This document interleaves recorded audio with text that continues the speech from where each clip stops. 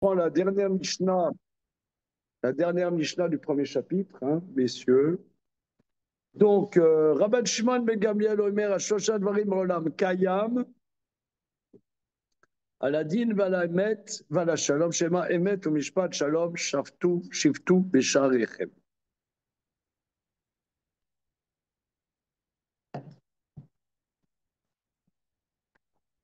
Voilà.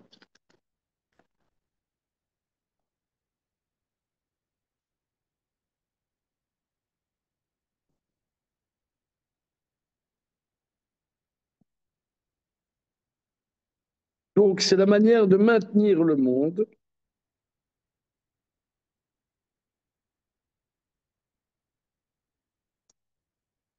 Donc, on est dans la colonne de gauche de la page Nunvav. Validé din emet veshalom, par le biais du din, de la justice, de la vérité, du shalom, tshlouyim elu gimet varim, shelo itmotet haolam, que le monde ne s'effondre pas. Mais atal ou ikshe are Shimon hatzadik mana acherim, parce que Shimon hatzadik, il en a compté d'autres, il a dit à Shoshan veram olam omed, qu'otam ema siba, shasher sheu siba veila leolam amid haolam. Là-bas, c'est la cause par laquelle Dieu fait tenir le monde. Il y a deux choses. Il y a la cause par laquelle le monde a une tenue et les trois éléments par lesquels le monde ne s'effondre pas. Le Fikar, Shimon Hatzadik Itril Beluk Shlosha Dvarim. Shimon Hatzadik commence par ces trois choses. על שלושה דברים העולמה, על התורה ועל העבודה הגמילות חסדים, מפני כי על ידי ג' דברים מעמיד השם יתברך העולם. Par ces trois choses, Dieu fait se tenir le monde. V'im enelu gimel batel atrat haolam. S'il n'y a pas ces trois choses, le début du monde s'annule. Rabban Shimon Begalim Menimiel Oimer qui gimel dvarim em siba sheolam omed alomdo. Maintenant, c'est les trois choses par lesquelles le monde tient. Kacher, Raoui, Velo, Ishtane, Metzadatzmo, que le monde ne change pas. Le cas Rabban Shimon Megamiel, Shaya, Acharon, Iskir, Elou, Gibet, Varim. Rabban Shimon Megamiel, c'est le dernier donc de toute cette période-là. Voilà, mentionne ces trois choses par lesquelles le monde reste, se maintient et n'arrive pas le bitoul en tant que lui-même. Donc ça, c'est quelque chose, ça me plaît, dit-il. Voilà, continuons. Donc là maintenant, ça c'est ce qu'on a vu la dernière fois. Maintenant, il faut que tu saches, Rabban Shimon ben Gamliel, Shlosha Dvarim Haolam Omed. Alors là, on était grincheux parce que nous, c'est Kayam, hein. Mais bon, le fond est le même, puisque Kayam, c'est-à-dire qu'est-ce qui donne une pérennité au monde. Il y a la cause, qu'est-ce qui fait que le monde tient, qu'est-ce qui va faire que le monde a une tenue.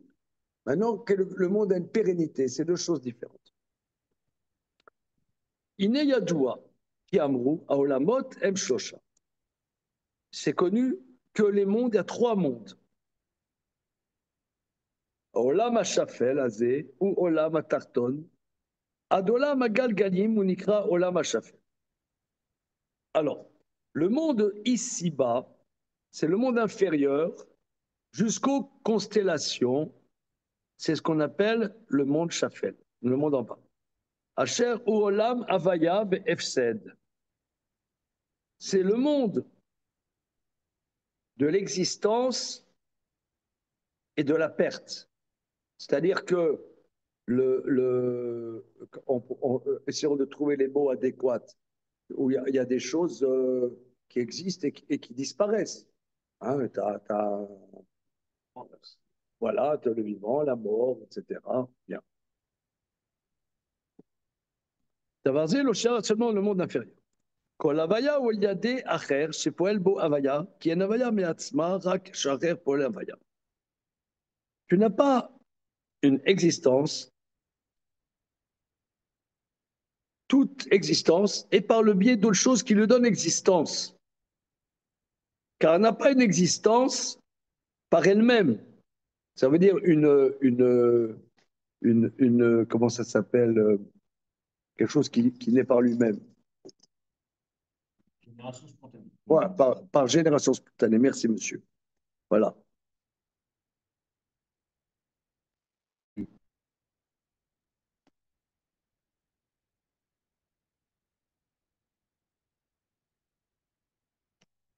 Spontanée. Voilà. N génération, il n'y a pas de génération spontanée. C'est une réalité qui lui donne existence. Voilà. Varakar olam a emtsaï. Ensuite, le monde médian. Enbo avaya rar shenibraou. Il n'y a pas d'existence une fois que ces réalités ont été créées. Il y a une dimension statique.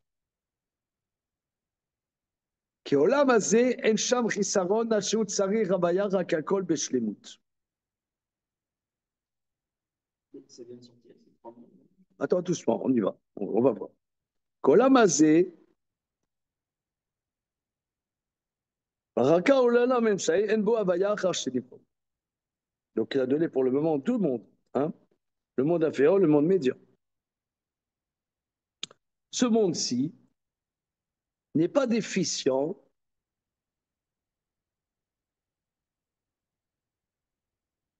Ah, c'est-à-dire ce monde médian n'est pas dans le manque, il est dans une perfection.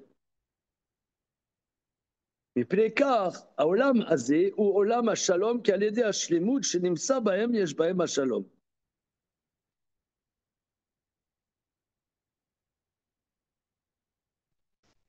Mais ce monde-là, c'est lequel? C'est le monde, c'est ce monde d'en bas ou ce monde médian? Hein? Rabbi Isai Nevarer.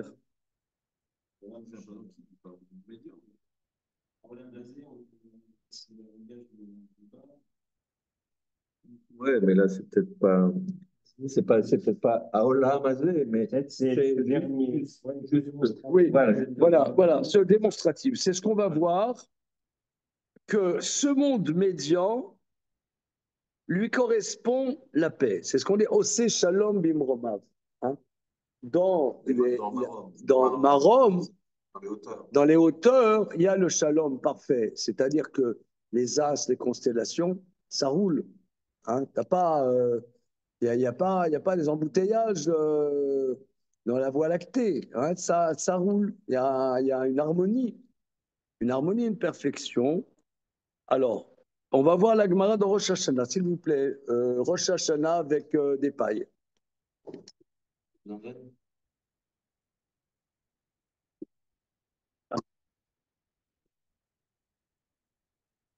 Masechet Rosh Hashanah, Daf Kav Gimel Amud Bet, Rabbi Isai Nevarer.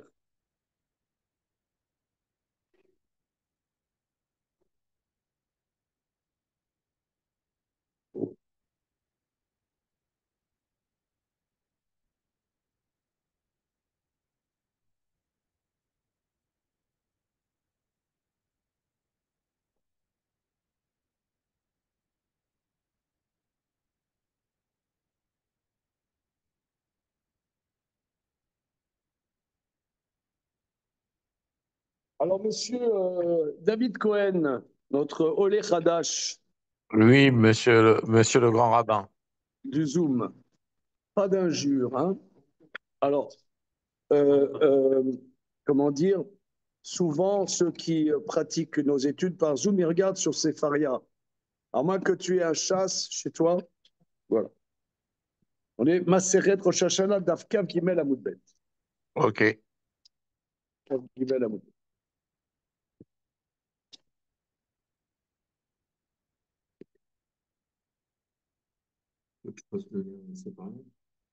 Alors,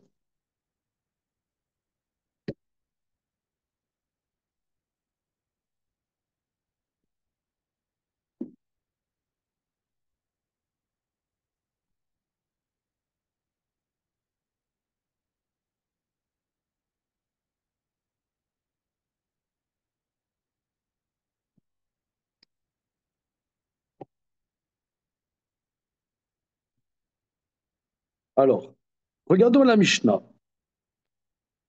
Ketzad Bodkim Eta Edim. Donc, on va fixer le nouveau mois sur le témoignage des témoins. Maintenant, les grands maîtres vont poser du Sanhédrin vont poser la question aux témoins. Vous avez vu la nouvelle lune. Maintenant, elle ressemblait à quoi, hein? Elle était la lune, parce que la lune, c'est un petit croissant, hein? Est-ce que c'est comme ça ou est-ce que c'est comme ça? Alors, il posait des questions en vérité. Ici, on voit qu'il savait très très bien qu'est-ce qu'il devait voir. Mais il y a besoin du témoignage, c'est pas. Parce que c'est pas que notre tradition est une tradition abrutie qui a besoin des témoins pour voir quand est-ce qu'il y a le nouveau mois. On a le calcul, on sait très très bien les révolutions des astres, à quel moment il y a la nouvelle lune et quel est le positionnement de la lune par rapport aux autres astres. Mais la Torah demande qu'il y ait des témoins qui en attestent. Alors, comment vérifie-t-on les témoins? Zoug Sheba Rishon Bodkim Oto Rishon. Le premier binôme qui arrive, il faut deux témoins, on les interroge en premier. C'est-à-dire le plus grand des deux. Qu'est-ce que ça veut dire, le plus grand, ouais, le plus grand des deux, on le fait rentrer et on lui dit Emo Ketzaraita Televana. Comment as-tu vu la lune? L'ifna Chama ou l'achar Chama? Devant le soleil ou après le soleil? Alors, qu'est-ce que ça veut dire? On va faire Rashi. L'ifna Chama ou l'achar Chama? Devant le soleil ou après le soleil? Les Tsafona ou les Daroma? Au nord ou au sud? Kama Aya Gavoa? Comment était haute la lune? Les Han Aya Nota?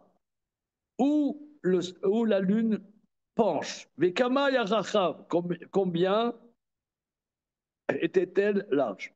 Imama Lifna Chama, si c'est devant le soleil, c'est impossible. Et là, il n'a rien dit, rentre chez toi, va te rhabiller. Alors, regardons Rashi. Ketzal Bodkim et Taïdim. Ding dong. Alors, on est dans la Gemara. Rosh Hashanah, Kav Gimel Amoudbet. Ketzal Bodkim et Taïdim. Lifna Chama. Achama oleched leolam. ממזרח לדרום, ומדרום למערב, וממערב לצפון, שנאמר עולה אל דרום וסובב אל צפון. Alors, le soleil va toujours de l'est à l'ouest. Non, de l'est au sud, du sud à l'ouest, et de l'ouest au nord. Comme dit le verset dans l'Ecclésiaste, il va vers le sud, il tourne vers le nord, etc. Va levana ena nirit beyom shloshim leolam. Alors, la lune n'est visible le 30e jour, et là, Samo l'Eshkiatachama, proche du coucher du soleil. Shemitor Sheidaka, Oktana, parce qu'étant donné que la nouvelle lune est très fine et très petite, et Nanirid Beot Shachama Begvurata, parce qu'on ne peut pas la distinguer quand le soleil est en pleine vigueur. Mais de Katane les Mizracha les Maharava, étant donné que on n'enseigne pas à l'est, à l'ouest, Shmamina Anirit Laem Bedarom. Seconde.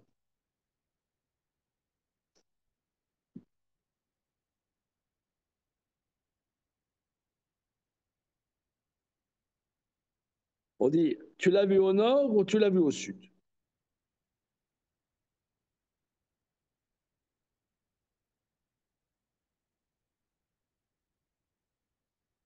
Donc, c'est-à-dire, c'est au nord. C'est-à-dire que le soleil,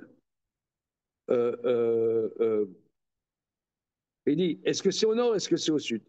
Donc, en vérité, on n'enseigne pas à l'est ou à l'ouest, parce que, en vérité, on ne la voit que, on ne la voit jamais au sud, évidemment, puisque c'est quand le soleil est à l'ouest, qu'il va se coucher en penchant vers le nord, qu'apparaît la lune vers le nord. Hein, c'est ce qu'il dit. C'est un peu après le coucher du soleil, vers le nord. כצדקה דעתה שהיו שונים את העדים אם ראו המלאכה לפני החמה או לאחריה, לצפונה של חמה ראיתם אותה או לדרומה של חמה. Donc l'hypothèse était qu'on demande, est-ce que tu l'as vu devant le soleil ou après le soleil? C'est-à-dire au nord du soleil ou bien au sud du soleil? Begmara parir. Dans l'Agmara, on objecte. L'ifna chama, devant le soleil, à nous les tsafona. Devant le soleil, c'est le nord. Shari en nachon livdog brishol im le daroma el abezman sheshnem achama valevena bemarav. Shem bedarom ena yachola liot lo letsafona bedroma. Et là, on est mizracha, on est marava. Keshen bemarav, si c'est à l'ouest, im lifna chama i zeut tsefona. Shari letzad tsafon melochim velacharea i areze letzad. Si c'est après le soleil, c'est au nord, au sud.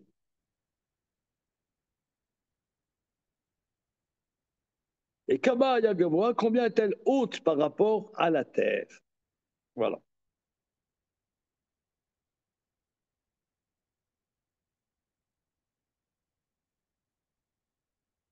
Oui, regardez la Gemara, regardez la Gemara. En vérité, la lune, elle est devant le soleil, c'est au nord. C'est ça ce que la Gemara dit, devant le soleil, c'est-à-dire tu as le soleil et ça devant. Et c'est le nord, puisque le soleil est à l'ouest. Et si c'est après le soleil, donc c'est au sud. Donc en vérité, la question devant le soleil, après le soleil, le nord et le sud, c'est la même question. C'est la question du Talmud. Gemara. Aïnou lifna chama le tsafona. Devant le soleil, c'est au nord. Aïnou la chachachama. Or, après le soleil, c'est le sud. D'accord? Donc c'est la même question a priori. Est-ce que c'est clair? Ah, évidemment. Non, c'est hyper clair. Attention, c'est hyper clair. C'est-à-dire que la Lune, il faut laisser ce qu'on connaît, de ce qu'on a appris à l'école, etc. Parce que la manière dont il parle, c'est pas la manière dont nous on apprend avec la longitude, la truc de machin, les degrés, les machins. Bon, laissons ça. La Lune, la nouvelle Lune est visible le 30e jour.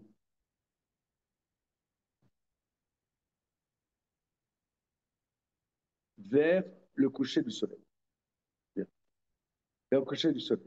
Vers le coucher du soleil, c'est-à-dire le soleil, il est à l'ouest. Comment? C'est temporel ou c'est temporel. C'est temporel. C'est-à-dire quand le soleil se couche.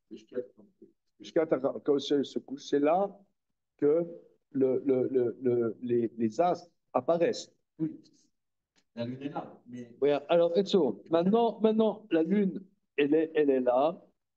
Elle apparaît après le soleil, devant le soleil. Devant le soleil. Tu as le soleil qui est là et c'est devant le soleil. Devant le soleil, c'est-à-dire vers le nord, puisque le soleil se couche à l'ouest. Donc, devant le soleil, c'est vers le nord. Et après le soleil, tu as le soleil, et après le soleil apparaît la lune. Donc là, c'est le sud. Alors, il y a deux questions similaires. Est-ce que vous l'avez vu devant le soleil, après le soleil? Est-ce que vous l'avez vu au nord ou au sud? C'est la même question. Réponse de l'Agma, c'est la même question. Anou lifna chama, anou le tsafona, anou la chama, anou le droma. Amarabaye. Non, la question comme ça. Pegimata, L'ifna chama ou la chama. Non, c'est-à-dire que le côté manger de la lune, c'est-à-dire que la pégima de la lune, tu as l'arc de la lune et tu as son.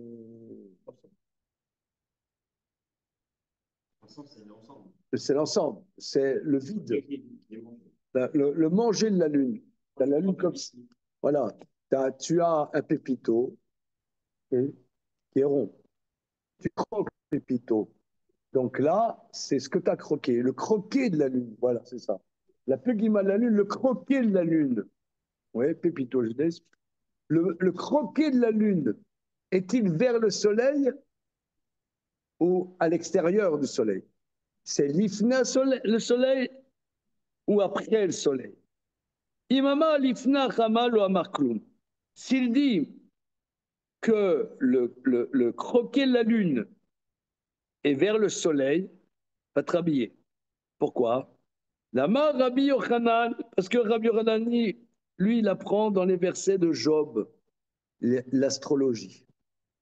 Comme dit le verset, Amshel, alors on va regarder le verset dans Job, chapitre Kaf et. Je recherche. Seconde, je vais chercher les versets. Alors, nous sommes dans le chapitre 25 de Job. Parce que justement, c'est pas Alors, de là que vient l'assaut de aussi chez Ben Romain, justement. C'est un tout petit. Oui, oui, c'est ça. Un tout petit. C'est le sujet. C'est le sujet. C'est un tout petit chapitre de Rikiki. Vayan Bildad Ashuchi Vayomar. Bildad Ashuchi leva la voix et dit Amshel va Fachadimo Ose Shalom Bimromar. Ayesh Mispar Ligduda Van Milo Yakum Oreu. Uma Itzda Kenosh Im El Uma Iske Yeludisha. En Ayarea Velo Yachil Vekochavi Lo Zaku Benav. Av Kenosh Chimar Ben Adam Tolea. Hugues. Ah oui, Job. Alors, Amshel va Fachadimo.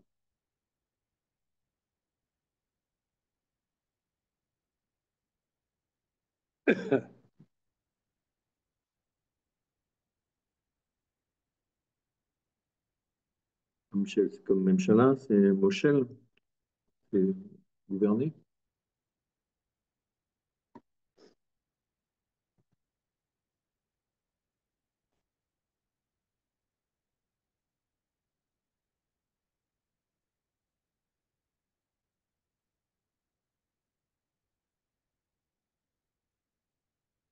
Regardons le Metsudat de David qui est très clair. Amshel, la domination et la terreur est avec lui.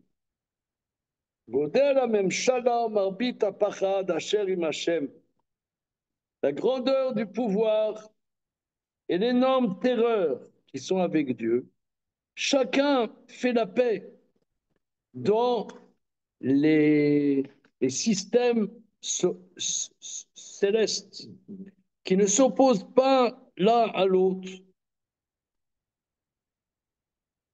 Et pour la Tolam Hashafem, dans les actions du monde d'en bas, et qui ne changent pas leur mission. Pas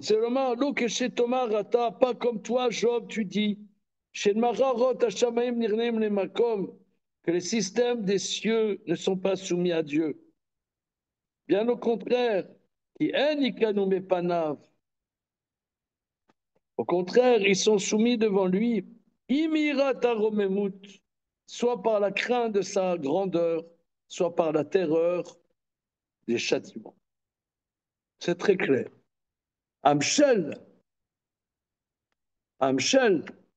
par pouvoir, le pouvoir et la terreur est avec lui, ce qui fait la paix dans les réalités célestes. C'est bien clair. Donc c'est ce que dit Rabbi Yochanan, Meolam, l'orata chama pegimata shelevana. Jamais le soleil a vu le croquet de la lune. Vélo pegimata shel keshet, pegimata shel levana. Ni, alors j'essaie, hein, ni le croquet de l'arc-en-ciel n'a vu le croquet de la lune.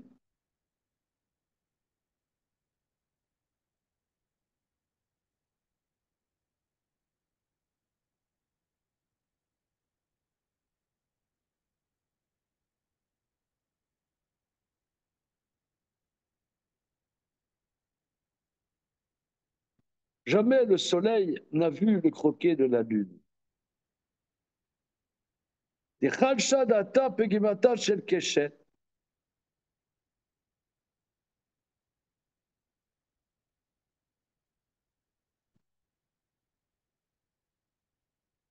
Alors, l'orata, Hamabia Shelvana, Belkemada Shel Keshet. Ah voilà, voilà, voilà, voilà, voilà. Alors, il faut lire la Gemara comme ça. Mais Olam, jamais le soleil a vu le croquet de la lune, ni le croquet de l'arc-en-ciel. C'est-à-dire que l'arc-en-ciel,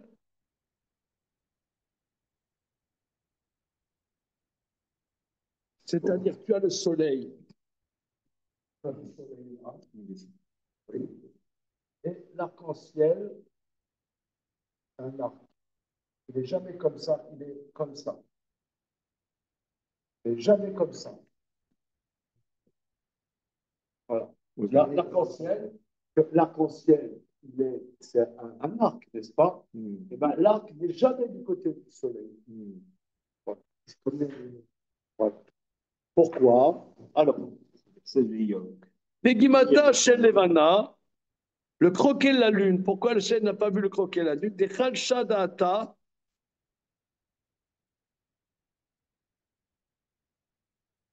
parce que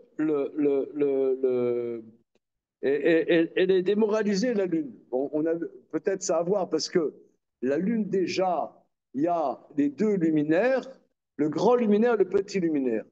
Donc, en plus, tu veux voir la Pegima, le soleil, il voit la faiblesse de la lune, laisse la lune faire bomber le torse, et pas... Oui, d'accord. Alors, Pegibala Shekeshet et le croquet de l'arc-en-ciel, des Lolimrov d'Echama, pour que les serviteurs du soleil ne disent pas Giré Kamashdaya, que le soleil lance des flèches sur l'arc. Giré Kamashdaya, Achama Zot, Ritsi Meyora, Lilachem et Kofrimba, Shayore Bakeshen, Notem Kimat Akeshen et Tzad Panav.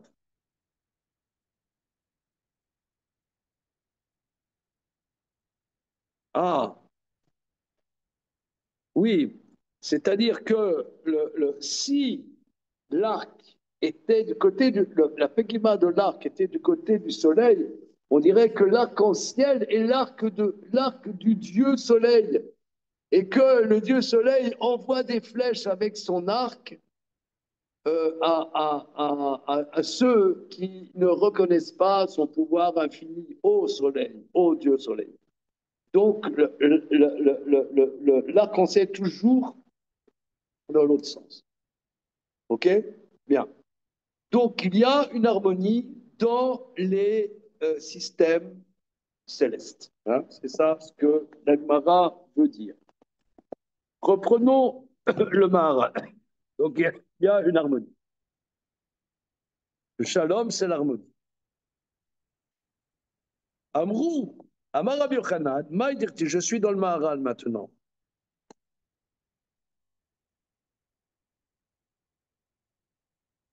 Justement, il cite. Voilà. Donc voilà. Oma Marze, Bevadai, Tsarir Pirouche. Cet enseignement nécessite explication. Venkan Makomze. Et ce n'est pas le lieu ici. Merci. Rag Shelamdou Misé, mais on peut apprendre. Abiba. Koyav Agad Galim Em Shilivru Beshalom. Ad Shen Sham Itaglut Klal. Que le monde des constellations et des révolutions célestes sont dans une harmonie parfaite, qu'il n'y a pas d'antagonisme.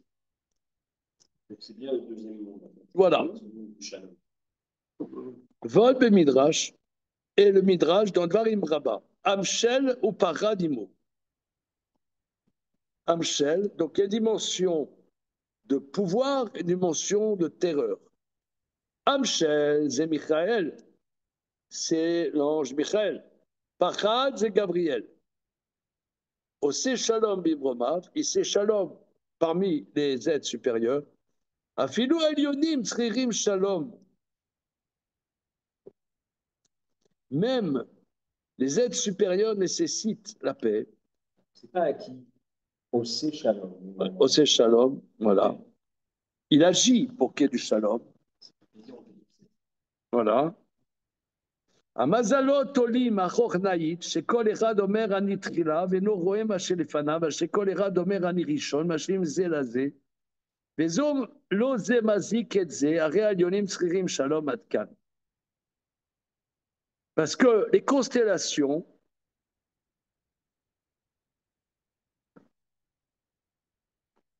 montent à Rochanit, à reculons. Chacune dit, oui, c'est-à-dire, ils ne montent pas, les constellations montent comme ça, elles montent comme ça. Voilà. Elles ne montent pas comme ça. Donc, elle ne voit pas ce qui est devant, elle voit ce qui est derrière. Donc, elle pense qu'elle est la première. Tu as les 12 constellations, hein, les 12 constellations, tu as le Sagittaire avant de s'en servir, etc. Et comment? C'est quoi ton signe? Je suis Sagittaire. Et qui c'est qui a dit Sagittaire avant de s'en servir? C'est toi? Mais non, mais c'est, comment il s'appelle? C'est Pierre Dax, évidemment. Pierre, Pierre Dac. Voilà. C'est Pierre Dac, évidemment, dans Rabindranath Duval. Tu connais le sketch. Sagittaire et Francis Blanche, vous connaissez le Rabindranath Duval. Non, Blineder, je te l'envoie. Alors, je vais te dire, ce sketch, chaque mot, tu n'en peux plus de rigolade. Je l'ai montré à mes enfants. Ils m'ont dit, mais papa, qu'est-ce qu'il y a toi? Mais oui, il m'a dit, mais papa, c'est lamentable. C'est des films. Voilà, on ne peut pas se comprendre. C'est le même problème. Et Marx Brothers, c'est mes films. Ah, Marx Brothers, par contre, ça passe. Alors moi, ça passe pas. Toi, moi, j'étais plus jeune. Ah, les Marx Brothers, ça passe. Non, il y a des trucs, mais Pierre Dac, c'est pas, moi, je suis en pamoison, tellement c'est drôle. En réalité, Et ben, tu veux que je te dise, quand j'ai eu euh, mes premiers enfants, quand ils sont nés, je me suis fait à chaque naissance un cadeau. Et je crois qu'à mon aîné, je me suis acheté l'intégrale des sketchs de Pierre Dac. pour rentrer. Oui.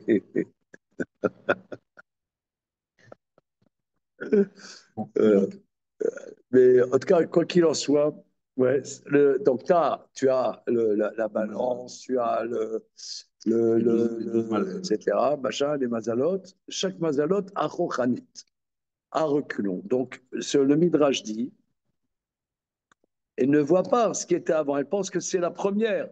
Donc, chaque constellation est dans sa gava. C'est ce que le Midrash dit. Amazalot, Olim, Achochadim. Chez Kol Echad Omer, chaque constellation, je suis la première constellation. Elle ne voit pas la constellation qui est avant elle. Chacune pense, je suis le premier.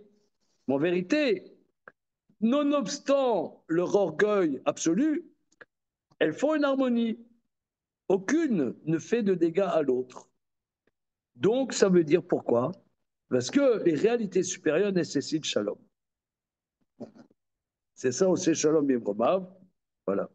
עושה שלום במרומיו, הוא יעשה שלום עלינו ועל כל ישראל, ואמרו אמן.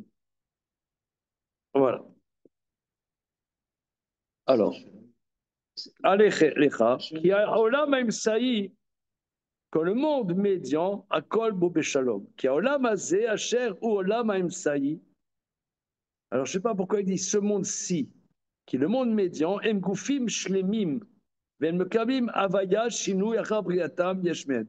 C'est-à-dire que là, c'est pas dans les théories physiques actuelles qui disent que non, que toutes ces réalités aussi, quelque part, elles disparaissent, etc. Mais dans lui, dans la vision Ptolémée, Aristote, etc., que c'est des réalités éternelles. Hein. Ces réalités, à partir du moment où elles ont été créées, elles ne bougent plus. Évidemment, on est revenu de ça, mais bon, ça ne change pas sur le fond. Et qui va en Shinouï, quand il n'y a pas de Shinouï, Ziwa Shalom, Shishakem, Nishari, Baviatam, et Mishtanut. Il n'y a pas de changement, qu'à Mishtane en Shalom lo. Le changement, il n'y a pas de paisibilité. Regardez ici, c'est très intéressant. C'est la notion de. Dans le Maharad, il le dit tout le temps que le changement aura. Kol Shinouï ou Ra. Tout changement est déficient et est une souffrance. Le fikar, Bahem Shalom, donc dans ce monde médian, il y a la paix. S'il n'y avait pas ce lien de paix entre ces réalités, elles ne seraient pas dans cette perfection, elles seraient donc dans, s'il n'y avait pas la paix, le changement, quelque part, amène la disparition. Vous voyez, par exemple, les changements technologiques amènent des disparitions de métiers, comme un changement crée des disparitions. Le changement est la disparition. Voilà. Et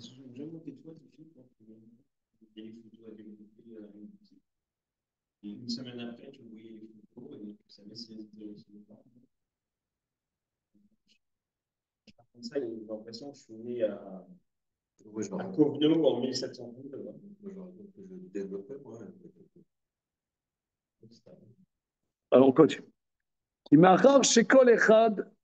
par exemple aussi, les agences, on allait acheter son billet à l'agence de voyage.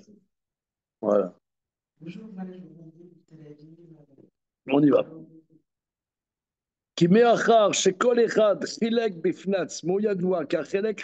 Regardez ici, c'est. Donc ici, le Maharal nous dit des notions dans la terminologie aristotélicienne que le changement est l'expression d'une déficience. Donc il n'y a pas le shalom et la dimension d'harmonie. Donc étant donné que ces réalités célestes ne sont pas dans le changement, elles sont donc dans l'harmonie. On peut dire que si quelque chose est parfait, il n'a pas besoin de changer. Voilà. Ça. Et donc, s'il a besoin de changer, c'est qu'au fond, il était déficient. Il était déficient. Et donc, il est sur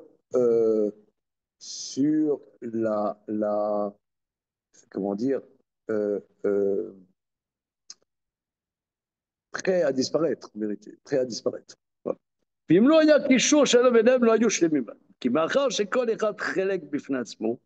Étant donné que chaque réalité est une partie, or, il est connu qu'une partie, par définition, est déficiente, étant donné qu'il n'est qu'une partie. Le fikar imlo haya ba'olam ha'emsaï yazeh ha'shalom, si dans ce monde médian, il n'y avait pas la paix qui crée un lien, une unité, que lo haya sham shlemut, il n'y aurait pas cette harmonie qui haya kol echad bifnatzmo. Chacun serait différent. V'achelek eno shalem. Or, tout élément partiel n'est pas n'est pas dans la perfection. Que varamarnu kem gashmim, Comment?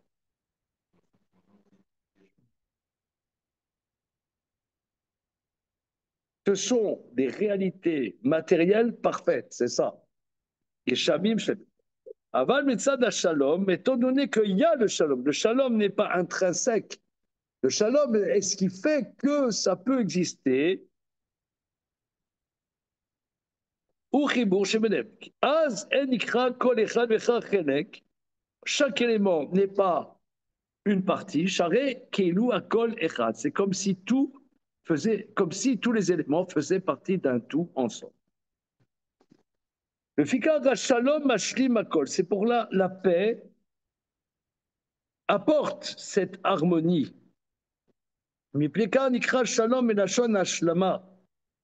C'est pour ça que le shalom complète.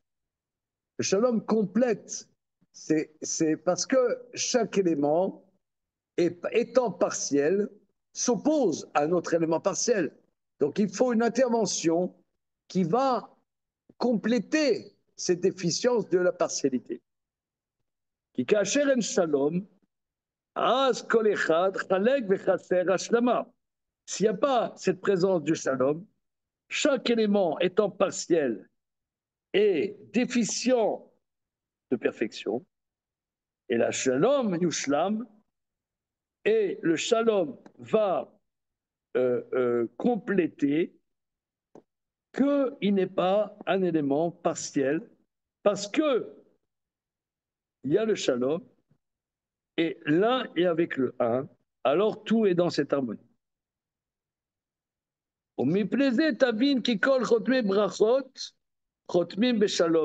Voilà. Tu peux remarquer que tout, quand on scelle les bénédictions, on scelle par shalom. Les birkat, kohanim, chotmim, beshalom. Bon, ça, c'est. Tu as l'air de découvrir l'Amérique, ami.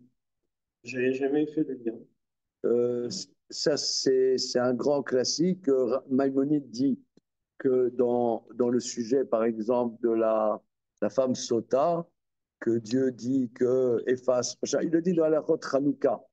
La Chot Hanouka, si on n'a pas assez d'argent pour la lumière de Hanouka et la lumière de Shabbat, la lumière de Shalom prime, le Shabbat prime, parce à cause de Shalom, Shalom Baït. Et là, il fait un grand développement et que Chotmei Abrachot, c'est toujours Beshalom. Voilà. Voilà. La tfila, on dit, la dernière bénédiction, c'est Shalom. Kaleda Shalom Adabar Nishlam. Par le Père, la chose arrive à sa complétude. Sa complétude et pas dans sa perte. Adabar Nishlam Besof Akol. Or, sa complétude est à la fin. Le car Shalom, Ashlamat, Abracha. C'est-à-dire, si tu n'avais pas cette bénédiction, cette demande sur la paix, donc ta prière serait quelque part partielle. D'ailleurs, on peut remarquer que la prière, on a comme quelque part une frustration de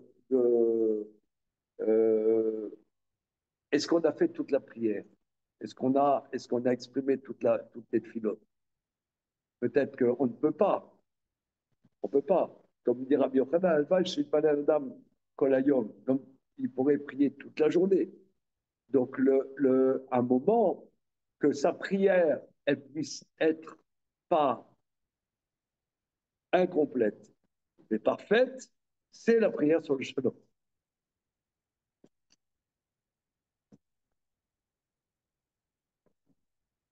Mais Bléza Olam Emsaï, le monde médian, Meyuchad Beshalom. Ça, c'est ça. Donc, c'est aussi Shalom Imromav. Donc, c'est le verset dans Job, hein, chapitre 25. Ça, c'est le monde médian. Ki Olam Sheshbo Ashlamot. C'est le monde où il y a cette harmonie. Ben Shum Shinui Vechisaron Bahem. Il n'y a pas de changement et de chisaron dans ce monde médian. Entre parenthèses, ça me fait entendre, vous voyez, par exemple, il y a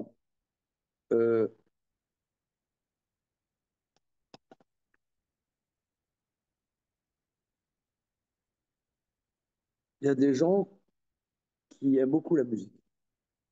Souvent les juifs d'ailleurs, hein. Souvent, on aime beaucoup la musique. Et la musique, par définition, c'est l'harmonie. Et il y en a, par exemple, si tu lis, par exemple, tu écoutes des interviews de musiciens, ils te disent, ma vie, c'est la musique. Ah, je ne sais pas, vous avez déjà vu ça? Non, non, tu vois, musicien, je sais pas.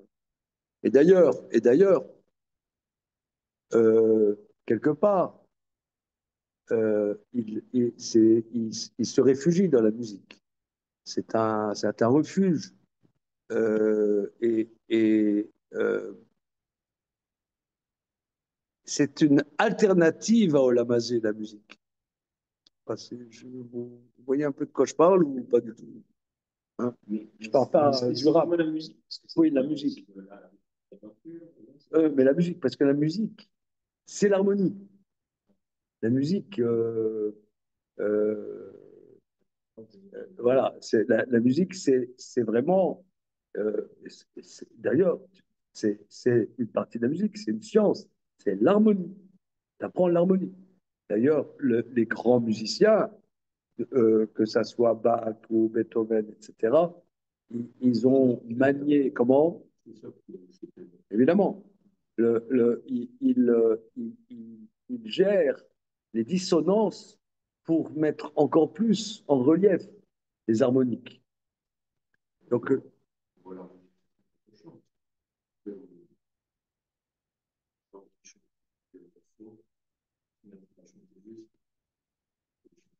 voilà, voilà. Donc, mais la musique est une valeur refuge, c'est un monde médian. C'est presque un refus de ce monde-ci. D'ailleurs, souvent, d'ailleurs, les grands musiciens juifs euh, euh, ne sont pas solidaires du peuple juif. Pas seulement Daniel Barenboim, mais je me souviens, il y a de ça plus que 50 ans, il y avait un cinéaste qui avait fait des films, il avait fait des documentaires je me souviens, un documentaire sur Arthur Rubinstein, un documentaire sur Yehudi Menuhin. Et il y a 50 ans, hein, plus que 50 ans, j'avais vu ça quand j'étais gosse, que Yehudi Menuhin, il était aussi pro-palestinien, etc. à l'époque. Ah oui, non, ne rajoute pas de trucs. Mais, Je sais qu'il s'intéressait au yoga. oui, oui.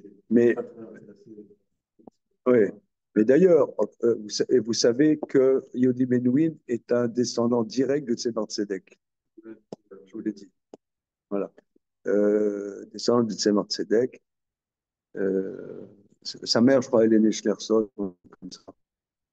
Euh, et elle l'a appelé Yehudi pour qu'il n'oublie pas qu'il est juif. Ah, ouais. Ah oui, oui.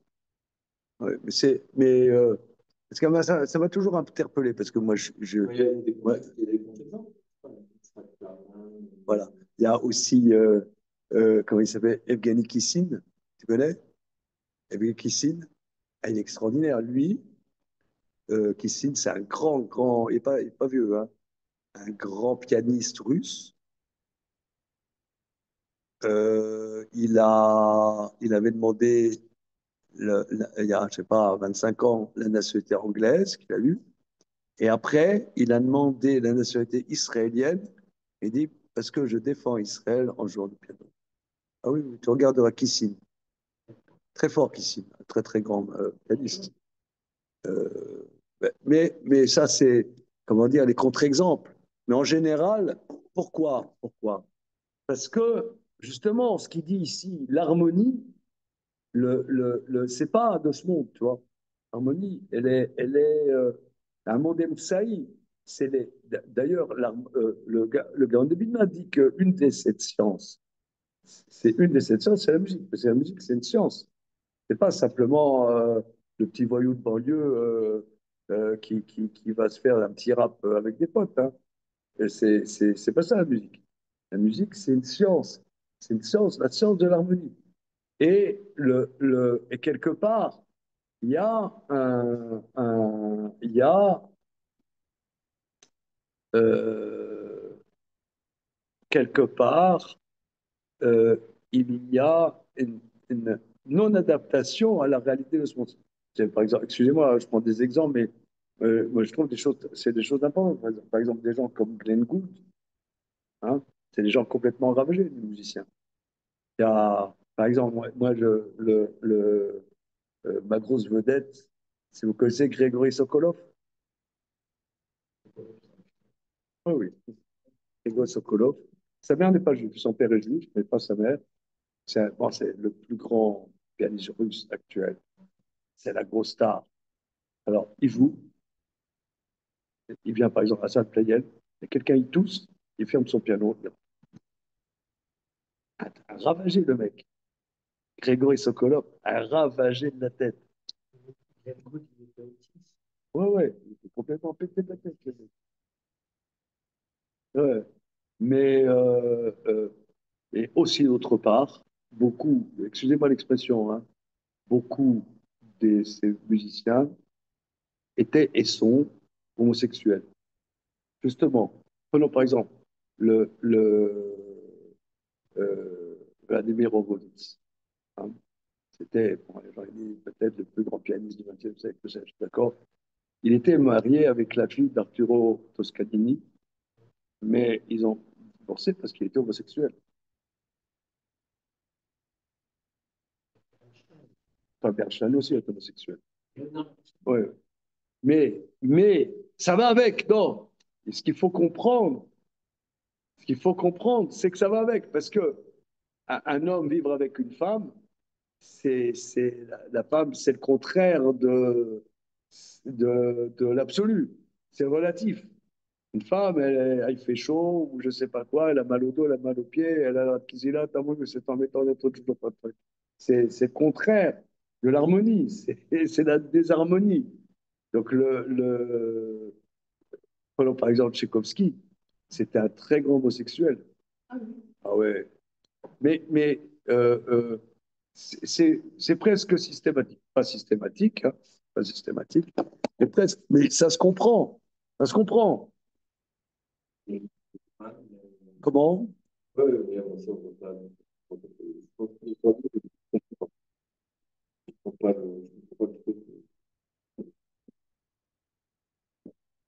Parce que parce que l'homme n'est pas tellement plus harmonieux que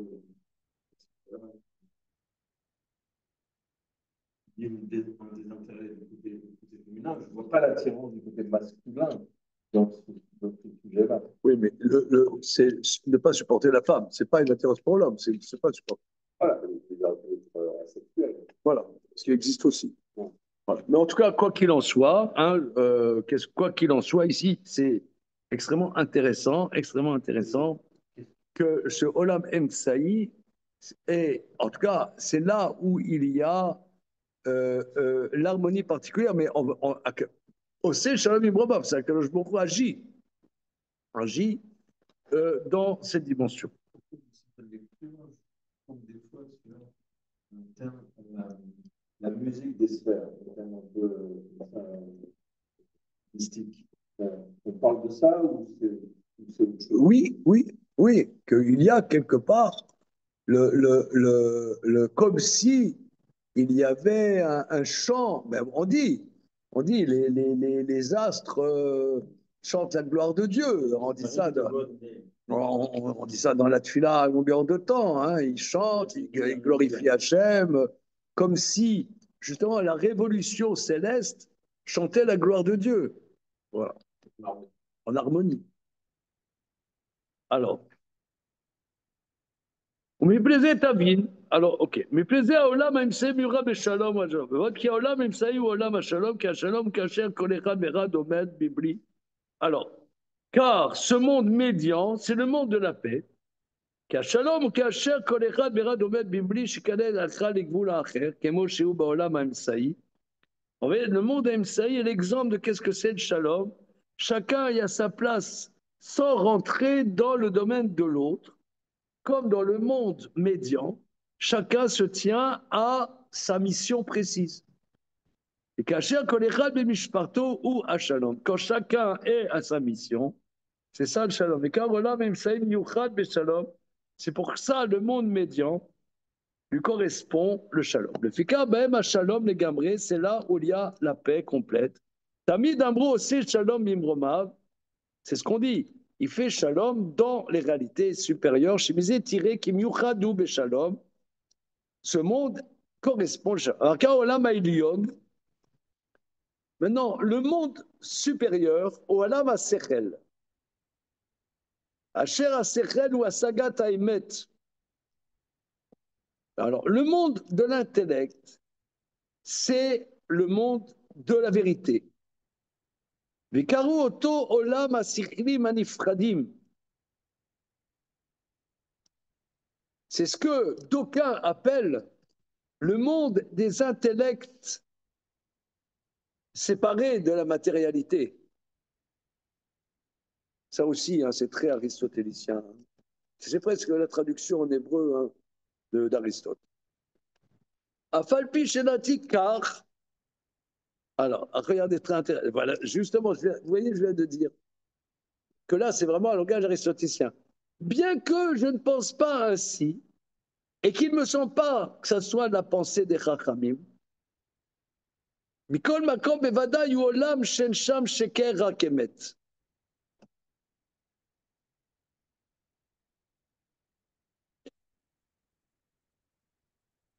Regardez, c'est très profond, là. J'aime quand c'est incompréhensible. Moi, je ne comprends pas. Du coup, qu'est-ce que lui et Ramim pensent? Parce que là, il a l'air de. Regarde, on prend, si vous voulez, des penseurs comme Aristote, etc., c'est facile parce que c'est des catégories. Pas compliqué. C'est pas compliqué comme les paroles des Chachamim. C'est des catégories. Il y a le monde, ça veut dire que moi, j'ai pas lu d'Aristote, quelques phrases à droite à gauche et tout, j'ai pas lu d'Aristote, mais quand les Chachamim rapportent, c'est-à-dire que dans l'éternité pour Aristote se trouve dans le traité de l'âme, c'est lorsque la pensée conçoit des vérités absolues, abstraites. Comme par exemple des vérités comme le Hémet, la vérité, comme la justice, comme le bien, etc. Bien. Alors, c'est des vérités spéculatives. Ces vérités spéculatives qui sont, vous voyez, par exemple, qui est la paix sur Terre, c'est une conception abstraite qu'on pourrait tendre à, c'est comme les goïms disent, on pourrait tendre à. Donc la conception de la paix est une conception éternelle, quelque part. C'est le monde des idées, on peut le trouver chez Platon. Voilà, le monde des idées. La contemplation de ces idées, la mise en forme de ces idées, de ces compréhensions absolues, qui ne sont pas relatives, qui ne sont pas d'ailleurs, dans les penseurs de l'Antiquité, les sciences appliquées n'étaient pas des sciences. Par exemple, tout ce qui a trait à la physique, la chimie, n'était pas des sciences. Ça, c'était de l'artisanat. C'est pas la science, c'est du spéculatif. La connaissance, c'est du spéculatif. Et c'est par là que l'humain atteint l'éternité. Ça, c'est du grec. Les maths, ça va. Les maths, c'est les maths. C'est quand même. Ça t'appelle par rapport à ça nous perd la confrontation entre ces juifs et les grecs, mais là, ce qu'ils disent, c'est intéressant. Enfin, il y a quelque chose qui résonne quand même. Alors, il dit que quelque part, on va utiliser ce langage parce que le but de l'homme, reprenons Rambam, qui, quelque part, Rambam, a se délecté d'Aristote. Maintenant, prenons Rambam. Il dit, dans le 5e chapitre du traité des 8 chapitres, que le but de l'existence, c'est la connaissance de Dieu. Alors, la connaissance. Et on voit d'ailleurs que la Neshama, que ce soit Rambam, ou que ce soit le Baal Shem Tov ou d'autres, l'éveil de. Et nous, Shabbat, j'ai fait un cours ici là-dessus, que l'éveil de la Neshama, c'est dans la pensée, dans le travail de la pensée. Ce n'est pas l'opinion, c'est la pensée. Quelqu'un qui ne pense pas, qui travaille, c'est une pensée. Une pensée, c'est quelque chose qui est travaillé. Ce n'est pas une opinion, c'est un travail, comme nous un peu on fait. Hein, ou quand on étudie l'Agma, tu es plutôt sport, etc., que tu penses une chose, après il t'apprend à poser une question, à essayer de travailler ta pensée. Maintenant, le but de ça, on voit bien que dans notre tradition, tu as une science spéculative qui s'appelle la Kabbalah. La Kabbalah va mettre en relief euh, euh, des compréhensions extrêmement subtiles et spéculatives. Spéculatives. Et ça, quelque part, c'est détaché de toute matérialité. Maintenant, nous, paradoxalement, par la Torah va relier le monde spéculatif avec le monde matériel. La Torah est une science unique, en cela qu'elle fait une unité entre tous ces mondes-là, et va faire même que le côté spéculatif va être plus haut que le spéculatif goy. Parce que le spéculatif goy, c'est le monde des idées grecques, il est quelque part, il n'est pas très fufu, excusez-moi l'expression, parce que il fonctionne par catégorie. Est-ce que nous, comme ce monde de la spéculation passe en intégrant la matérialité, ça va beaucoup plus loin. C'est beaucoup plus complexe. Et cette complexité, elle va plus haut en spéculatif que la pensée goy, qui, elle, qui, elle fait l'impasse de la complexité du matériel. Parce qu'ils n'ont pas la Torah. Ils n'ont pas la Torah, ils n'ont pas la science du Créateur. Voilà. La science du Créateur a une unité entre tous ces mondes. Je pense, c'est pour ça qu'il dit, je ne suis pas d'accord. Mais dans le fond, je suis d'accord sans être d'accord. C'est ça. Je comprends comme ça. C'est-à-dire que au niveau de la catégorie, il y a un monde de la pensée spéculative. Mais je ne suis pas d'accord, parce que nous, cette pensée spéculative, elle ne fonctionne pas en tant que telle. Par la Torah, elle intègre la matérialité. Donc, au niveau de la catégorie, je suis d'accord, mais au niveau concret, je ne suis pas d'accord. Je pense que c'est ça ce qu'il veut dire. Il y en a, par exemple, tu as des intellectuels juifs, ils ne supportent pas la Gemara, mais ils font de la Kabbalah. Ouais, je citerai les noms. Et, justement, c'est très fréquent. Très fréquent. Tu sais que c'est Henri Atlan? Ouais. Ouais, un grand professeur, etc. Ouais, j'ai des livres Voilà. Et lui, je l'ai déjà rencontré, il a une haine pour les Talmud. C'est vrai, parce qu'il y a un de ses livres, même, il a présenté ça un peu comme une Oui, ouais, c'est vrai, c'est vrai. Mais bon, il se la joue quand. Mais C'était quoi son livre?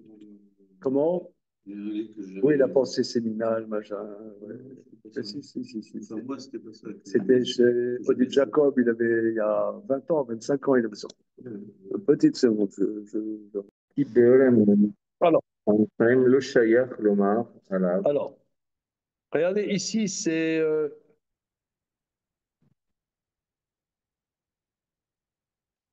extraordinaire. J'adore. Karo Oto Olam Asichlim, c'est très dur, hein, c'est très dur. Les Karo Oto Olam Asichlim Anifradim, ils appellent ça, donc ça veut dire les Grecs, et ça, comment dire, l'intellectualité euh, euh, séparée de la matérialité. L'intellectualité. Vous avez déjà, dans la pensée grecque, il y a l'idée que l'intellect doit être séparé de la... Ah oui, voilà. Regarde, achète-toi de l'âme d'Aristote. Oui, je crois que c'est le cinquième chapitre, un truc comme ça. Tu lis une page, tu lis une page, ça ça a traversé 2500 ans. C'est comme à Mavdi, des Mishnayot, je sais pas quoi. C'est- Non, mais il y a des bonnes traductions. Chez Gallimard, tu as ça facilement. Ouais, c'est petit, mais ça veut dire, ça aide à comprendre ce qu'il dit, quoi, c'est tout. C'est pas. La semaine prochaine, on va lire compte. Comment? La semaine prochaine, on va lire compte. Moi, j'ai jamais eu du Geschmack de Kant, je comprends rien. Peut-être maintenant, je peux. Mais moi, si vous voulez, j'aime pas la philosophie, ça m'intéresse pas, mais simplement, ça donne des outils, c'est tout. Hein. Ok. Alors, il dit à Falbi chez Natika, regardez, c'est magnifique. Bien que je ne pense pas ainsi, j'appellerai pas les choses ainsi, d'accord? Et les sages ne voient pas les choses ainsi, parce que eux, c'est vraiment c'est les Grecs. Les Grecs, ils ont un problème avec la matérialité. Mais nous, on dit Hachem Echad. La matérialité, c'est Dieu qui l'a créé, donc c'est bon. Voilà. Voilà. Mais quoi qu'il en soit, ce monde de la pensée est un monde où il n'y a pas de mensonge, seulement la vérité. Dans le monde médian, tu ne peux pas parler de vérité.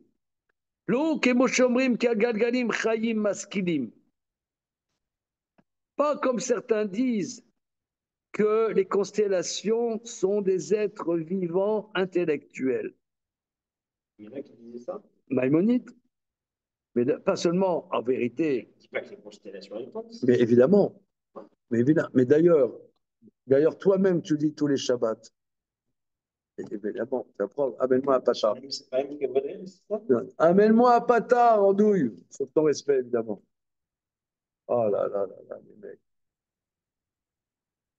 Le passage dans Shabbat. Les constellations pensent, non. Par leur évolution, elles chantent le louange d'Hachem, ça on a dit. Aïe, aïe, aïe. Aïe, aïe, aïe, aïe, aïe. Que je t'en occupe. Que les constellations soient assez fermes, ce qu'il est. Non, il y en a. Ouais. Ça.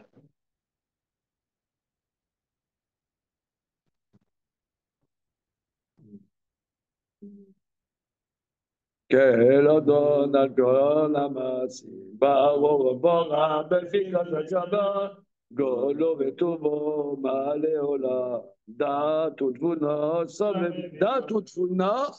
sobebimoto. Connaissance et compréhension entourent sa gloire. Amidka et Alzayota Kodem, Vened Avechavod, Alaviakavad, Rod Mishon, Ibne Chiso, Chesed Verachamim, Alechevodo, Davim Oro, Shebaram Eloken, Yotzara Bedat, mais évidemment, il les a créés. Non, c'est. Ah, moi, je pas dit que c'est Hachem. Non. Que ces êtres ont Da'at, Bina, Ve'askel. Non. Si. Même en... Yetzara Bedaat, Bevina. Il les a créés de manière à ce qu'ils aient Da'at, Bina, Ve'askel. C'est ça le chat. Donc tu vois, c'est pas le respect. Voilà. Donc je comprends pas. Voilà. Et Maïmonide reprend ça dans les 5 premiers chapitres de l'Essai de la Torah. Donc je ne sais pas pourquoi je ne suis pas content avec ça. Et voilà, c'est le Shalom, la Yasser, avec Kilo, qui est Shomrim, qui a gagné Mchaim Sirlim. Valé Hachem Kar Datramim. J'ai déjà prouvé que c'est pas comme ça. Avola Lyon ou Asaga Temen, Nikro la Mahemet. Donc le Maharal, je ne sais pas quelle adonne. Il passait directement à. Alors, peut-être lui, mais Bina Vasquel. Non, c'est une question. Je ne sais pas. Alors, et le monde d'ici-bas, il n'a pas expliqué quelle est sa vertu. Je pense que c'est la dimension du din. Moi, j'ai un autre problème. Attends, une seconde, on dit, une seconde. Non, Comment? Adin Emet Shalom. Or, Voilà, Shalom, ouais, c'est médian. Alors, Ça, c'est insupportable. Après, on va passer une heure et c'est. alors, Nimsa, alors, une seconde. Donc, il faut dire que ce monde-ci, il n'a pas bien expliqué que ce monde-ci tient sur la vérité, non, sur le jugement. On va le dire après. Comme on dit, mais l'air, le roi, par la justice, maintient la terre. Ouais, que là, dans ce monde-ci, étant donné que dans ce monde-ci, c'est la baston, il ne peut tenir ce monde-ci que par le dîme. Hein? Mais on n'est pas dans le bon ordre.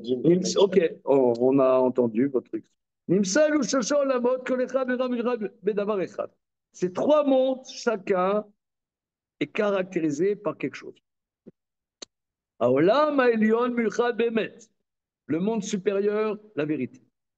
Olam Emser Mura Beshemut Beshalom. Olam Tarton Sholam Havaya. Alors, or, le monde de l'existence, de la génération, reçoit par.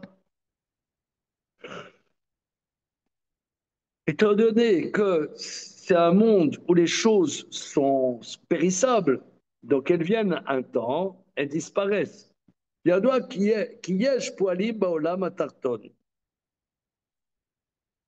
Qu'il y a des êtres agissants dans le monde inférieur. C'est comme dit le verset c'est-à-dire le soleil domine le jour, le jour existe projet. Et le petit luminaire pour dominer la nuit. Poalim alou gozri mishpatim à la tartonim. Waouh, waouh, waouh, waouh, waouh. Alors là, attends. Ces êtres supérieurs décrètent des lois sur les mondes inférieurs. Ça, c'est la mention du din.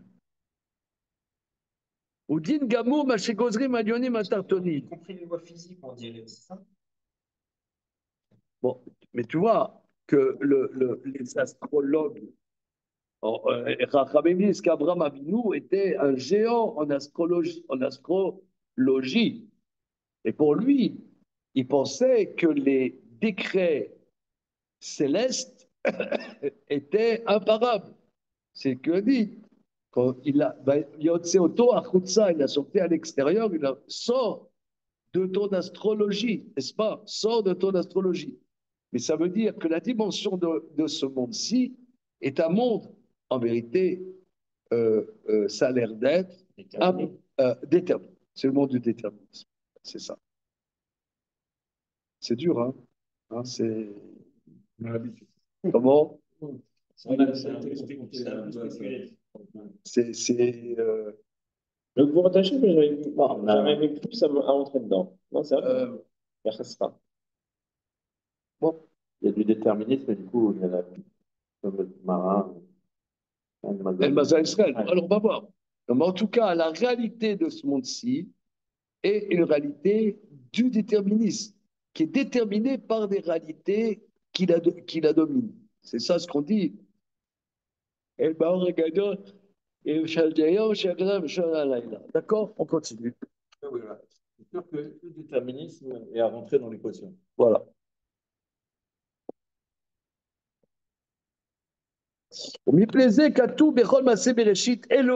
C'est pour ça, dans chaque étape de la création de Bereshit, c'est Elohim, la Shon Dayan. Que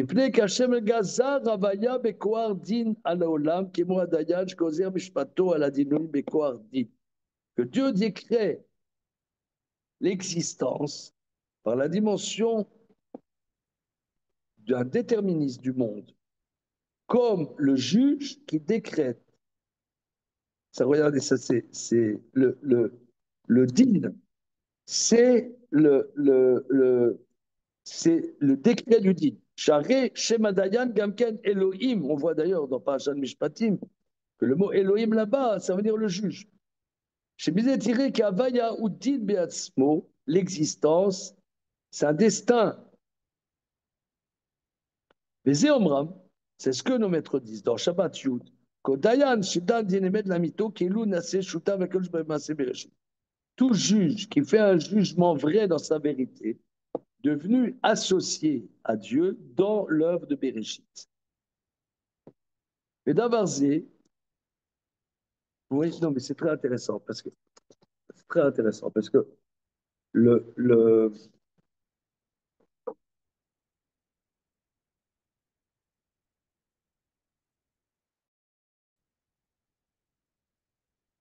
il y a une bagarre. Aujourd'hui, on le voit. Il y a une bagarre entre les intellectuels qui, quelque part, sont influencés par les Grecs, encore, et la dimension réaliste du monde, par exemple. Aujourd'hui, être réaliste, c'est être réactionnaire. Alors, dans l'éducation, un père qui ne donne pas une fessée à son fils, c'est pas un père. Tu sais, toi, Yoram Alain. Ouais, tu sais. Bon, t'as un papa. Ouais, c'est tout, c'est tout. Mais on dit oui, mais c'est pas comme ça qu'il faut se conduire. C'est pas comme ça qu'il faut se conduire. C'est, mais t'es pas dans la réalité. Ah, mais toi, t'es réactionnaire, tu es Bruno Retailleau. Mais euh, la question n'est pas là. La question est que non, non, tu es réactionnaire. On est réactionnaire ou on est réactionnaire ou conservateur? Réactionnaire. Dans le langage, Parce que tu dans le langage des intellectuels, dis que ça n'a plus existé et donc on revient à quelque chose, on fait une réaction et donc on revient à quelque chose qui existait. Ou alors on veut justement conserver les bonnes non, non, non, manières. c'est réactionnaire. Tu es euh, le- tu vois, ce qui est très intéressant, par exemple, à part le côté antisémite qu'il y a chez les intellectuels actuels, le côté, comment dire, forcené antisémite. Laissons ce côté forcené antisémite. Mais il y a un déni de la réalité. Le déni, l'intellect refuse. On a dit, mais regarde, vous, par exemple, ils disent Israël est agresseur, etc. Machin. Mais vas-y en Iran. Comment tu peux. Attends, mais Mélenchon, il dit, ah oui, finalement, le voile et tout ça, machin. Et les mecs, ils pètent des câbles. Parce que c'est un déni du réel. Que le réel, c'est très intéressant. Le réel s'impose. C'est le din. Ça a toujours été comme ça. De quoi?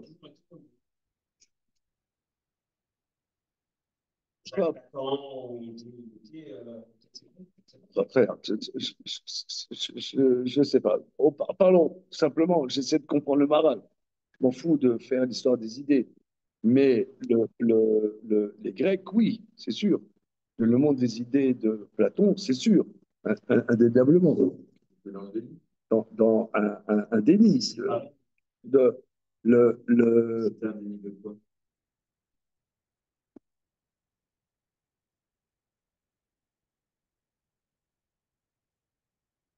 je me souviens, quand je veux résumer ce débat avec la chose suivante. Quand moi, je suis arrivé à l'échelle des étudiants en 74, 75, 74, 75, c'était l'époque Babacool, Adonf. Ouais. Alors, il y en a qui venaient, il y avait un mec qui venait, il avait été même vraiment berger dans le Larzac, machin, ok. Fils de bourgeois, évidemment. Voilà.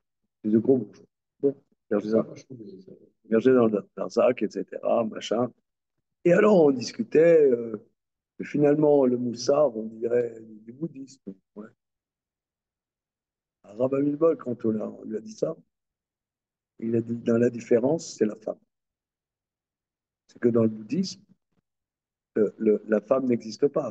Le bouddhisme, c'est les moines. Donc et les Grecs aussi. Les Grecs, c'est pareil. Les philosophes. La femme n'est porteuse d'aucune science. D'aucune science. Or, nous, au contraire, on voit que les femmes sont porteuses de prophéties. On voit, elles sont plus grandes prophètes que les hommes, etc., etc. Donc, lui, il a dit, comme ça, spontanément, la différence, c'est la femme. Mais ça, pourquoi? Parce que la femme, c'est la réalité. Ça veut dire la femme, si on dit un monsieur, il se marie, il doit amener 2 frics. Et dit, je t'aime, chérie, on va vivre d'amour et d'eau fraîche. Oui, c'est, moi je dis, un couple juif, le mari, il va vivre avec sa femme d'amour, d'eau fraîche et beaucoup de fric. Qu'est-ce que t'en penses alors? C'est d'accord, mais c'est le sujet de la semaine, là. Ah ouais. Amour, eau fraîche et fric. Donc, mais parce que t'es en face de choses qui s'imposent. C'est ça le dîme. Tu peux pas, tu peux tourner en long, en large, en travers. Ça, tu coupes pas. C'est comme ça. Ça s'impose. Oui, donc chez les Grecs, de ne pas avoir cette facette des choses et ressemble à nos dénis de réalité de nos intellectuels, Voilà. modernes. Mais même, toi, par exemple, il y a, par exemple, c'est un grand sujet, Socrate qui a bu la ciguë. Or, il avait la possibilité de se casser. Alariquement, il aurait dû se casser. Tu vois. Donc là, c'est parce qu'il est dans un idéal. On n'est pas dans un idéal, on est dans des réalités. On est dans des réalités. Et ces réalités, c'est le monde du dîme. On va s'arrêter là-dessus. C'est très, très profond. C'est prophétique. Ça traverse les civilisations, ce que nous étudions ici. Hein.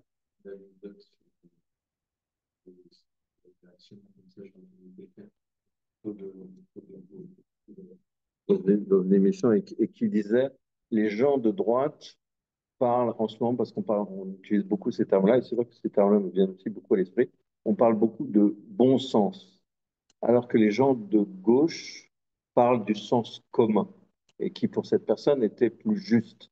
Alors qu'en fait, moi, effectivement, je dois plutôt être dans la catégorie de droite, parce que pour moi, le terme le plus adéquat, c'est le bon sens. C'est pas le sens commun, parce que un sens peut être commun et complètement faux. Oui. Et ce qui est important, c'est d'avoir justement un bon sens. Voilà. Voilà. Mais le truc, voilà. Okay. C'est bon. Bien, ça va les zoomers? Ça va. Monsieur David Cohen, qu'est-ce qu'il dit? Ça va. Il y a eu séance musicale, il y a eu silence philosophique. J'étais dans mon avion, voilà, on a voltigé. Ok, c'est bon. Il est poète, toi? C'est Gabriel Simon, c'est Gabriel Cohen, ça? Ouais, c'est moi, ouais. Ça va, Saboum? Ouais, super, super. Ouais. J'étais un peu en galère avec les gosses et tout là ce soir, mais ouais, j'ai Ok, pas mal tu les plané. embrasses de ma part. Avec plaisir. Voilà. Et d'ailleurs, si ça vous intéresse, demain, je fais ma dernière expo.